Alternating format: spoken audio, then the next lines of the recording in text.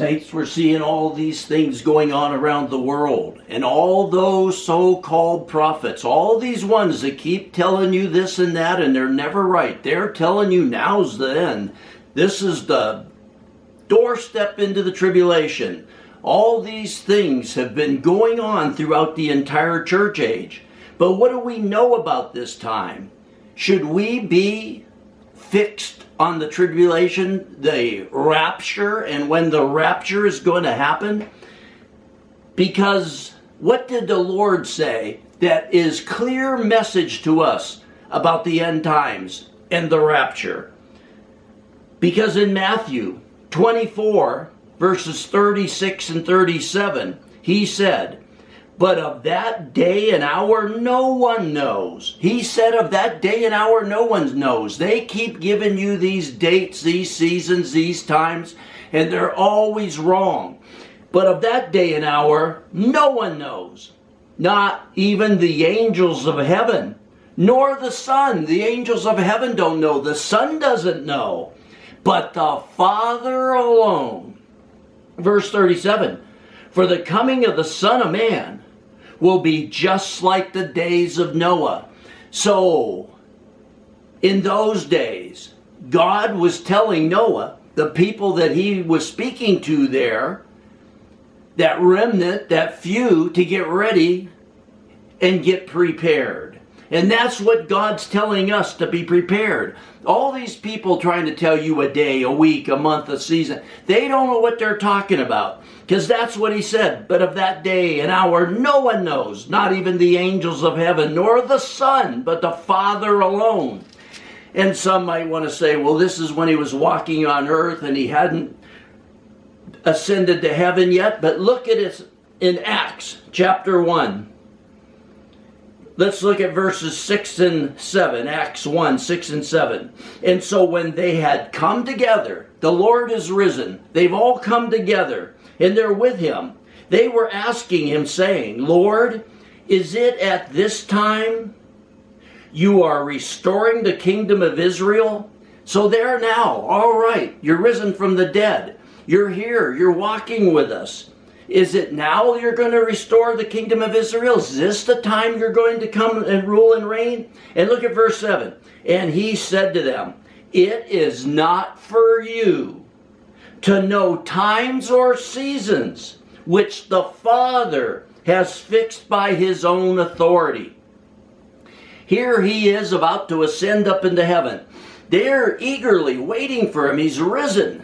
He's going to come and rule and reign. And they ask him, "Are you going to do that now?" And again, at the beginning of the church age here, what does he say to them again? This is the apostles. This isn't some so-called prophet, some so-called end times teacher, some brother somewhere. This is the apostles. "And he said to them, 'It is not for you to know times or seasons which the Father has fixed by his own authority.'" Only the Father knows when that pre-tribulation rapture will happen. We are ready. We're waiting. They want to tell you this going on in Ukraine, with the stock market, with Israel, is signs that it's right here. The time has come. These things have went on through the history of the church, through the history of man. This is not what we're to be waiting for. These things have been much worse in the past, just in America's past. World War I, World War II, the Vietnam War, dropping nuclear bombs on Japan. Things have been much worse. You don't think when America dropped nuclear bombs on Japan that they thought the tribulation was coming? But it wasn't. And even where they dropped one of those nuclear bombs, in Nagasaki, there was a big church there, and all the Christians always felt like if this gets any worse, these Christians in Japan, we can all go to that church, we can all meet in that church. And a nuclear bomb was dropped right there. They were all disintegrated. You don't think they thought hell started on earth? These things are not for us to know. But what are we to know? What are we to be doing? Me and a brother were emailing each other back and forth about these very same things. And we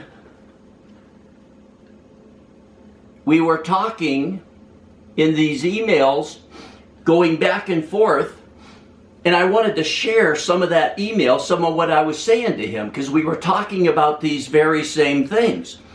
What are we to be doing? And this is part, I'll highlight this, I'll speak about it, but this is through my email to him. To break this down to its simplest form, I told him, I see what you are saying, because they were wondering about the end times. They were hearing all these prophets and false prophets and teachers, and nothing they were ever saying was coming true, and they were getting fixated on these things. And yes, we talked about it in the past. We are not to spend our time waiting for when someone said the rapture has to happen, or when someone said it will happen. We're not to be fixated upon them things. I just read you them verses. Only the Father knows, and it's not for us to know what's in His authority, even as the Lord was rising to His apostles, to the early church. It's not for you to know. So that was not for them to be fixated upon it. And going on, no, we are to present our bodies a living sacrifice, and in that we let God have His way with us, because it's no longer we who live, but Christ who lives in us. And we are following Him to the cross. In John, He's on His way to the cross. He's telling them to follow them. All Christians want to look at those verses as, yeah, He's going to heaven. No, He's on His way to the cross. And He's telling the apostles, His disciples, it's not for you to know when these things are going to happen. You're to follow Him. You're to follow Him to the cross. You're to present your body a living sacrifice. And at the cross, our desires are crucified with Christ. And it's no longer I who live, but Christ who lives in me. In Matthew, when they asked Him about it, He said, it's not, I don't know. He said, the Son doesn't know. The angels don't know. He said, I don't know. The angels don't know. That's for the Father. So why do we think we know? Why do we think we're to be fixated upon it? Like there's a date, there's a time that someone's going to know, and someone said. And going on. And yes, everyone is being let down as they wholeheartedly listen to these people, these false teachers, these false prophets, with this special knowledge they say they have. Knowledge that is only leading the weak astray. Over and over I got Christians telling me, oh, I would really listen to this guy, and I believed, and he said that rapture was going to happen during the Feast of Trumpets. I had a message that the rapture was not going to happen during the Feast of Trumpets. I was right, and nobody cares. They were all wrong, and they run to Him over and over again.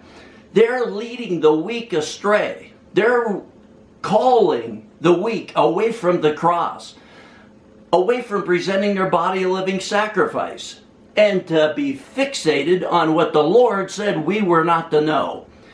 And going on in my email to him, I said, how? We're to present our body a living sacrifice. We're to be crucified with Christ. And I said to him in this email, how can a dead man live for the rapture?